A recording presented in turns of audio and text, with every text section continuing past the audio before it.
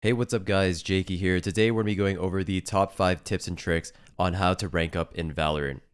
So one of the most common questions that I get asked in my Twitch chat is people coming in saying that they're hard stuck a certain rank and they want tips and tricks on how to get out of that rank. So in this video today, I'll be going over my 5 most common tips and tricks that I give to people on how you can improve your chances of ranking up in Valorant and getting out of being hard stuck. Starting off with tip number 1 is to improve your mechanics. So this means improving on your movement and your aim, crosshair placement, all of that, anything that will help you get kills.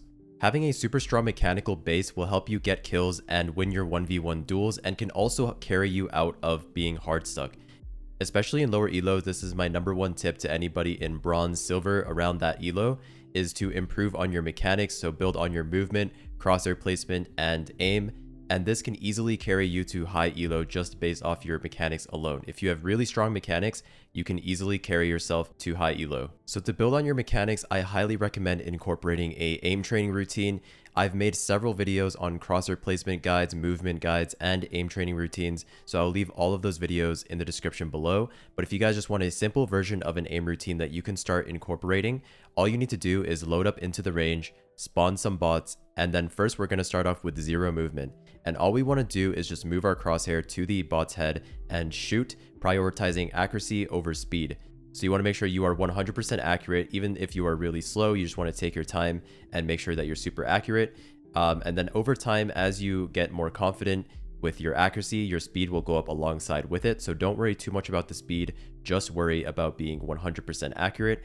After that, what we're going to do is incorporate movement into it. So we're going to do side to side strafes and just move while we again prioritize accuracy and shooting at the bot's head. And then after this, you can incorporate a bunch of different stuff like death matching and doing medium bots or hard bots as well. Again, if you want a full in-depth guide on how you can aim train, I will leave a video to that in the description below. All right, guys, moving on to tip number 2 is to actually get a good duo or trio to play with, especially if you're under Ascendant. You can take advantage of trio queues. So you basically just want to find 1 or 2 teammates that you vibe super well with and communicate super well with as well to play with while you play Valorant Ranked. This will reduce the chances of you getting bad teammates, and also you have someone to set up plays with as well and talk to.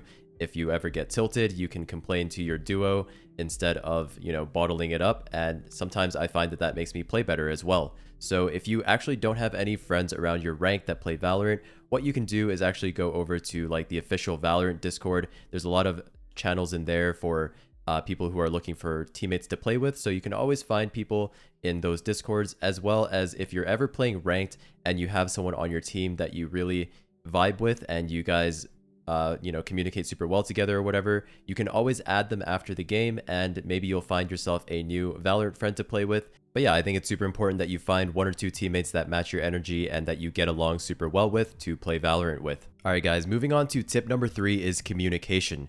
I think communication is one of the biggest aspects of Valorant, and honestly I feel like it's one of the biggest reasons why I was able to hit Radiant this act so easily, is because I focused a lot on providing clear comms and good comms to my teammates, as well as making sure that no one on my team would tilt. If you guys want a full in-depth communication guide, I actually made a video on that as well, which I will link in the description below. But basically, you guys just want to make sure that you're communicating clearly to your team and making sure that your teammates don't tilt. I think that's the biggest part of Valorant Ranked, is there's a lot of people who tilt easily in Valorant Ranked. So you want to make sure that you're able to almost babysit them and make sure that your team stays positive. So that means, if you lose a round, you say nice try to your teammates. If someone hits a nice shot, you tell them, nice shot. And also making sure that you're just communicating everything that's going on very clearly to your team, but also not being annoying as well. So making sure that you're able to understand how to communicate effectively and communicating all the details that are important and leaving out stuff that isn't important. Also guys, a great way to give direction to your team in Valorant Ranked is not a lot of people in Ranked like to IGL, which is in-game lead, meaning that not a lot of people call strategies in Ranked. So if you guys want a great way to be a leader for your team, what you guys can do is start picking up the IGL role in Ranked and calling strategies for your team. And you'll find that a lot of Ranked players actually appreciate when somebody on the team IGLs. I myself am one of those people who actually really appreciate when there's a strong IGL on my team, because it really gives your team a sense of direction and purpose and can help you guys string together really good chemistry and build momentum. So if you guys are into that sort of leadership role, then you guys could try IGLing and calling strategies for your team. So that's tip number 3, guys, is to make sure that you communicate effectively and clearly with your team, and also to make sure that you keep your mental up and keep spirits up on the team so that people don't tilt. All right, guys, moving on to tip number 4. This is probably the biggest one that you want to avoid, and that is tilt queuing.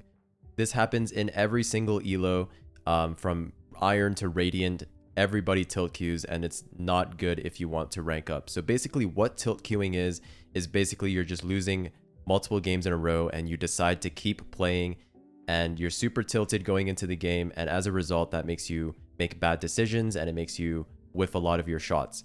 So tilt queuing is probably the worst thing you can do, because you can lose a bunch of elo in a very short period of time and you will just be filled with regret when you look back. So how can you stop yourself from tilt queuing? It's really just a willpower type of thing, where you just have to really look at yourself and tell yourself to stop playing after you lose maybe 2 in a row or 3 in a row. You really just have to tell yourself to stop playing. But some things you can do to help yourself avoid tilt queuing is you can take a break between games, especially if it's a loss. So after losing a Valorant game, you can take a 5 to 10 minute break, go get a snack, get some water, you know, take a quick walk around the house, anything like that. Or even better, there's a method that a lot of top players use, which is to actually just play a deathmatch in between your games, regardless of whether you win or lose. So after every Valorant game, just play a quick deathmatch. Only takes 3 to 4 minutes to play a deathmatch. So yeah, after every ranked game, just play a quick deathmatch, and then that basically helps you reset your aim and reset your mental going into the next game.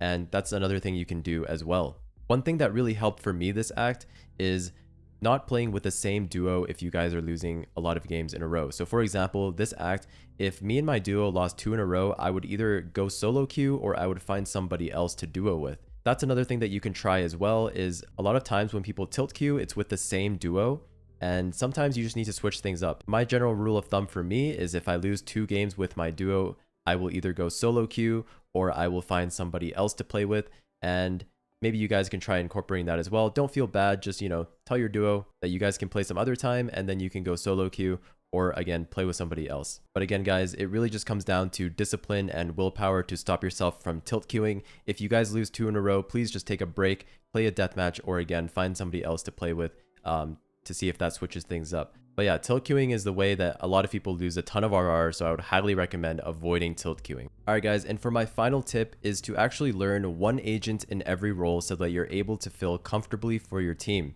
This is especially true if you're an Instalock Duelist player. Some games it's better to actually just fill for your team and let your other teammates play Duelist. If you're able to flex into any role and fill for your teammates, that can increase your chances of winning the game a lot.